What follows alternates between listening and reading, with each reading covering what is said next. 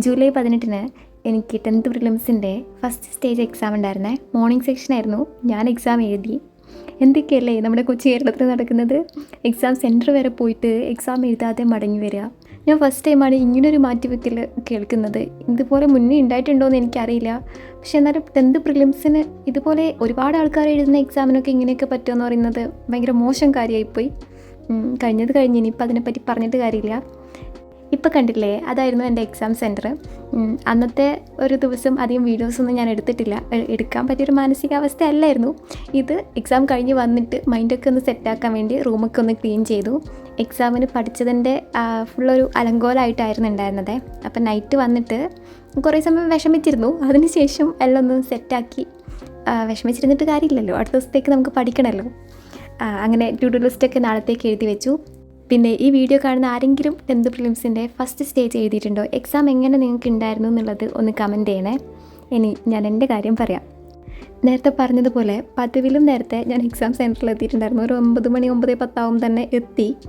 പിന്നെ സാധാരണ എന്താ പറയുക, എപ്പോഴും ഉണ്ടാകുന്നത് പോലെ സാധനങ്ങളൊക്കെ വെച്ച് ഹോളിലേക്ക് കയറി. അതുവരെ വലിയ കുഴപ്പമൊന്നും ഉണ്ടായിരുന്നില്ല. എക്സാം സ്റ്റാർട്ട് ചെയ്തു. ക്വസ്റ്റ്യൻ പേപ്പർ കിട്ടി. ആദ്യത്തെ പേജിലെ 2 ക്വസ്റ്റ്യൻ എനിക്ക് അറിയുണ്ടായില്ല. അപ്പം ഞാനത് കൂളായിട്ട് സ്കിപ്പ് ചെയ്ത് നെക്സ്റ്റ് പേജിലേക്ക് പോയി. നെക്സ്റ്റ് പേജിലായിരുന്നു ഇന്ത്യൻ ജോഗ്രഫി.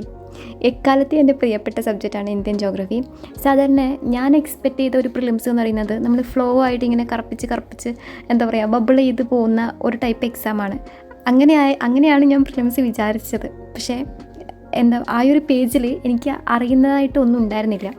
അത് കഴിഞ്ഞ് ഞാൻ സ്കിപ്പ് ചെയ്തു. നെക്സ്റ്റ് പേജിലേക്ക് പോയപ്പോഴും കുറച്ചധികം കൺഫ്യൂഷനായിട്ടുള്ള ക്വസ്റ്റ്യൻസ് ആയതുപോലെ എനിക്ക് തോന്നി. ഒരു 25-30 ക്വസ്റ്റ്യനായിട്ടും എൻ്റെ OMR ഷീറ്റിൽ ബബിൾ ചെയ്ത സംഭവം വളരെ കുറവായിരുന്നു.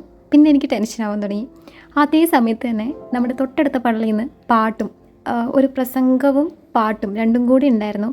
അത് കുറച്ച് സമയത്തേക്കേ ഉണ്ടായിരുന്നുള്ളൂ. പക്ഷേ അതൊരു ഡിസ്ട്രാക്ഷനായിരുന്നു. എല്ലാം കൂടെ ആദ്യത്തെ ഒരു 20-25 മിനിറ്റ് കിളി പോയ അവസ്ഥയായിരുന്നു. സാധാരണ പ്രിലിംസ് എന്ന് പറയുമ്പോൾ ഒരു മാക്സിമം ഒരുപാട് കറപ്പിക്കണം എന്നുള്ള ഒരു മെൻറ്റാലിറ്റി ആയിരുന്നു എൻ്റെ മൈൻഡിലുണ്ടായിരുന്നത്. അതുകൊണ്ട് തന്നെ ഞാൻ തിരിച്ചു വന്നിട്ട് നമ്മുടെ ഇന്ത്യൻ ജോഗ്രഫിയിൽ ആ ഒരു പേജ് ഇപ്പോൾ നോക്കുമ്പോൾ എനിക്ക് വിഷമമാണ്. ആ ഒരു പേജിൽ മാത്രം എനിക്ക് 5 നെഗറ്റീവ് ഉണ്ട്. എന്തിനാണ് ഞാൻ കറപ്പിച്ചതെന്ന് എനിക്കറിയില്ല. എനിക്ക് അറിഞ്ഞിട്ട് കറപ്പിച്ചതല്ല, പക്ഷേ പറ്റിപ്പോയി. അത് വിട്ടു. അത് കഴിഞ്ഞ് പിന്നെ നമ്മുടെ കേരള ഹിസ്റ്ററി ഒന്ന് സ്റ്റാർട്ട് ചെയ്തപ്പോഴാണ് ഒരു ഫ്ലോയിൽ അങ്ങ് പോകാൻ തുടങ്ങിയത്. പിന്നെ ഞാൻ പാട്ടൊന്നും കേട്ടിട്ടില്ല. അത് കഴിഞ്ഞ് ബാക്കിയെല്ലാം ഒരുവിധം ഈസി ആയിരുന്നു. പക്ഷെ അതിൻ്റെ ഇടയിലും ഞാൻ ഇതുവരെ കാണാത്ത കുറച്ച് ക്വസ്റ്റ്യൻസ് ഉണ്ടായിരുന്നു. ഇപ്പോൾ എക്സാമ്പിൾ പറയുകയാണെങ്കിൽ ഓർഗനോയിഡ് എനിക്കറിയില്ലായിരുന്നു, ബയോ റെമഡിയേഷൻ എനിക്കറിയില്ലായിരുന്നു. അങ്ങനെ എനിക്കറിയാത്ത കുറേ ക്വസ്റ്റ്യൻസും ഉണ്ടായിരുന്നു അതിൻ്റെ ഇടയിൽ. പക്ഷേ എന്നാലും ആദ്യത്തെ ആ ഒരു പാർട്ടിനേക്കാളും എന്താ പറയുക, ലാസ്റ്റോട്ട് പോകുമ്പോൾ കുറച്ചും കൂടി ഈസി ആയിട്ട് വന്നിട്ടുണ്ടായിരുന്നേ. മാത്സ് കുഴപ്പമില്ല, മാത്സ് നല്ലതായിരുന്നു. ഞാൻ എക്സ്പെക്റ്റ് ചെയ്തൊരു ക്വസ്റ്റ്യൻ പേപ്പർ എന്ന് പറയുന്നത് GK പാട്ടൊക്കെ ഈസി ആയിരിക്കും, ഇന്ത്യൻ ജോഗ്രഫി പഠിപ്പിക്കുന്നത് ഞാൻ ഒരിക്കലും വിചാരിച്ചിട്ടുണ്ടായിരുന്നില്ല. പക്ഷേ മാത്സ് ടഫായിരിക്കും അങ്ങനെയൊക്കെ എക്സ്പെക്റ്റ് ചെയ്തിട്ടാണ് ഞാൻ പോയത്. പക്ഷേ ഞാൻ വിചാരിച്ച നേരെ ഓപ്പോസിറ്റ് എന്തൊക്കെയോ ആയിരുന്നു എക്സാം ഉണ്ടായിരുന്നത്. എനിക്കറിയില്ല നിങ്ങൾക്ക് എങ്ങനെയായിരുന്നു എക്സാം ഉണ്ടായിരുന്നത്. ഫസ്റ്റ് സ്റ്റേജ് എഴുതിയവർ കമൻറ്റ് ചെയ്യണേ നിങ്ങളുടെ എക്സ്പീരിയൻസ്. എനിക്ക് മാത്രമാണ് എൻ്റെ ഒരു ഫ്രണ്ട് സർക്കിളിൽ ഫസ്റ്റ് സ്റ്റേജ് ഉണ്ടായിട്ടുള്ളൂ എന്ന് തോന്നുന്നു. ബാക്കി 2 പേർക്ക് സെക്കൻഡ് സ്റ്റേജ് ആയിരുന്നു. അപ്പോൾ അവർ എക്സാമിന് പോകുന്നതിന് മുന്നേ വിളിച്ചിട്ട് ഫസ്റ്റ് സ്റ്റേജ് എങ്ങനെ ഉണ്ടായിരുന്നു എന്നൊക്കെ ചോദിച്ച് ഞാൻ കുറേ നെഗറ്റീവൊക്കെ പറഞ്ഞു. അവർ എക്സാമിന് പോയി. കുറച്ച് കഴിഞ്ഞപ്പോൾ നോക്കുന്നു എല്ലാവരും തിരിച്ച് വിളിക്കുന്നു, എക്സാം ക്യാൻസൽ ചെയ്തു. ആദ്യം ഞാൻ വിചാരിച്ചു വെറുതെ പറയുന്നതാണ്, എനിക്ക് വിശ്വസിക്കാൻ പറ്റിയില്ല. പിന്നെ ഞാൻ ടെലിഗ്രാം എടുത്ത് നോക്കി. അപ്പോൾ ഇങ്ങനെ ഒരു PSCയുടെ സംഭവം കണ്ടു. ശരിക്കും എല്ലാവർക്കും ഷോക്കിംഗ് ആയിട്ടുണ്ടാവും അല്ലേ. വെറുതെ അവിടെ വരെ പോയി. ഒരുപാട് ഞാൻ യൂട്യൂബിലൊക്കെ കമൻറ്റ് കണ്ടു. കുറേ കഷ്ടപ്പെട്ട് പോയവരുടെ അവസ്ഥ എന്താല്ലേ. അവരുടെ ടൈമും പോയി, പൈസയും പോയി, എല്ലാം പോയി എന്ന് പറഞ്ഞാൽ മതി. പിന്നെ അപ്പോൾ അത് കഴിഞ്ഞു. ഇനി ഇന്നത്തെ ദിവസത്തെ പറ്റി പറയാം. ഇന്ന് സൺഡേ ആണ്. എക്സാം കഴിഞ്ഞ് പിറ്റത്തെ ദിവസമാണ് ഇന്ന്. അപ്പോൾ ഇന്ന് ഞാൻ ചെയ്യണമെന്ന് വിചാരിച്ചത് ഞാൻ എഴുതിയ എക്സാം ക്വസ്റ്റ്യൻ പേപ്പറും നമ്മുടെ ലീക്കായ സെക്കൻഡ് സ്റ്റേജിൻ്റെ ക്വസ്റ്റ്യൻ പേപ്പർ ഉണ്ടല്ലോ, അത് എക്സാമായിട്ട് തന്നെ അറ്റൻഡ് ചെയ്യണമെന്ന് വിചാരിച്ചിട്ടുണ്ടായിരുന്നു. പിന്നെ കുറച്ച് PYQ റിവൈസ് ചെയ്യണം. ഞാൻ ഓൾറെഡി എഴുതി വെച്ച PYQ റിവിഷൻ ചെയ്യണമെന്ന് വിചാരിച്ചിട്ടുണ്ടായിരുന്നേ. എൻ്റെ ക്വസ്റ്റ്യൻ പേപ്പർ ഞാൻ സെറ്റാക്കി. അതിനുശേഷം ആ ലീക്കായിട്ടുള്ള ക്വസ്റ്റ്യൻ പേപ്പർ എടുത്തിട്ട് എക്സാം എഴുതാൻ വേണ്ടി ഇരുന്നു. പക്ഷേ ഞാനൊരു 30-40 ക്വസ്റ്റ്യൻസ് മാത്രമേ അറ്റൻഡ് ചെയ്തുള്ളൂ. അതിനുശേഷം അതെന്താ പറ്റിയെന്ന് വെച്ചാൽ എനിക്ക് കിട്ടിയ ക്വസ്റ്റ്യൻ പേപ്പറിൽ അത് എഴുതിയ ആളാണെന്ന് തോന്നുന്നു. നമ്മൾ എഴുതുന്നതിന് മുന്നേ ആൻസർ ചെറുതായിട്ട് മാർക്ക് ചെയ്ത് വെക്കുമല്ലോ, അപ്പോൾ അതിലൊക്കെ ഡോട്ട് ചെയ്ത് വെച്ചിട്ടുണ്ടായിരുന്നു. ആദ്യമൊക്കെ ഞാൻ മൈൻഡ് ആക്കിയില്ല. പക്ഷേ എന്നാലും പിന്നെ ഞാൻ എൻ്റെ ആൻസർ ശരിയല്ലേ എന്നുള്ളതൊന്ന് കൺഫേം ചെയ്യാൻ വേണ്ടി തുടങ്ങി. അപ്പം ഞാൻ എക്സാം എഴുത്ത് നിർത്തി. ഇതുണ്ടല്ലോ, എൻ്റെ ഈ ബാഗിൽ എന്തൊക്കെ സാധനങ്ങൾ വെക്കാൻ പറ്റും എന്നുള്ള ഒരു കമൻറ്റ് വന്നിട്ടുണ്ടായിരുന്നേ. അപ്പോൾ അതിൽ വെള്ളം വെക്കാൻ പറ്റും, ഫോൺ വെക്കാൻ പറ്റും, പിന്നെ നമ്മുടെ കുട വെക്കാൻ പറ്റുമെന്ന് ചോദിച്ചിട്ടുണ്ടായിരുന്നു.